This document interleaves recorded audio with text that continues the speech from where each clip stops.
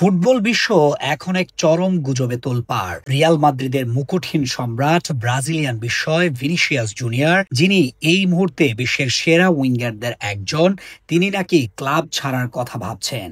হ্যাঁ, আপনি ঠিকই শুনেছেন। যে লস ব্লাঙ্কোসের ভবিষ্যৎ বলা হচ্ছিল, সেই মাদ্রিদেই কি তবে শেষ হয়ে যাচ্ছে তার অধ্যায়? ঘটনার সূত্রপাত সাম্প্রতিক এল ক্লাসিকোর পর।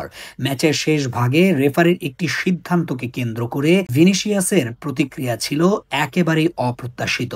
মাঠের বাইরে তার এই আবেগপ্রবণতা ক্লাব এবং সমর্থকদের মধ্যে চাপা অস্বস্তি তৈরি করেছিল। ফুটবল বিশেষজ্ঞদের মতে এই ঘটনাটি শুধুমাত্র একটি মুহূর্ত ছিল না, বরং মাদ্রিদে তার ক্রমবর্ধমান মানসিক চাপের বহিঃপ্রকাশ মাত্র। গুজব বলছে রিয়াল মাদ্রিদের অভ্যন্তরীণ কিছু বিষয় এবং ম্যানেজমেন্টের সাথে তার বোঝাপড়ায় সূক্ষ্ম ফাটল ধরেছে। এই সপ্তাহে একটি বিশেষ মুহূর্ত ঘটে।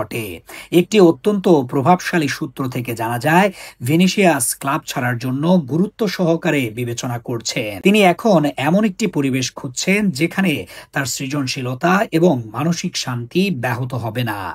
আর এই সুযোগে ঝাঁপ দিতে প্রস্তুত দুই জায়ান্ট ক্লাব। গুঞ্জন জোরালো যে পিএসজি কিলিয়ান এমবাপ্পের প্রস্থানের পর ভিনিসিয়াসকে তাদের প্রধান লক্ষ্যবস্তু করেছে।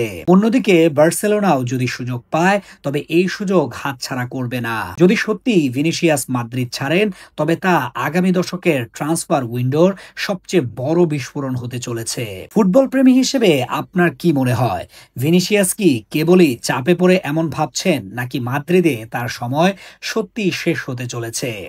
আপনার মতামত কমেন্ট বক্সে জানাতে ভুলবেন না।